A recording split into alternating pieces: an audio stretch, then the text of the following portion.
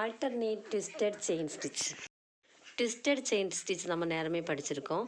இதுவும் அதே மாதிரி தான். ஆனால் இதில் வந்து 2 சைடும் மாற்றி மாற்றி ட்விஸ்ட் பண்ணி ஸ்டிச் பண்ணணும்.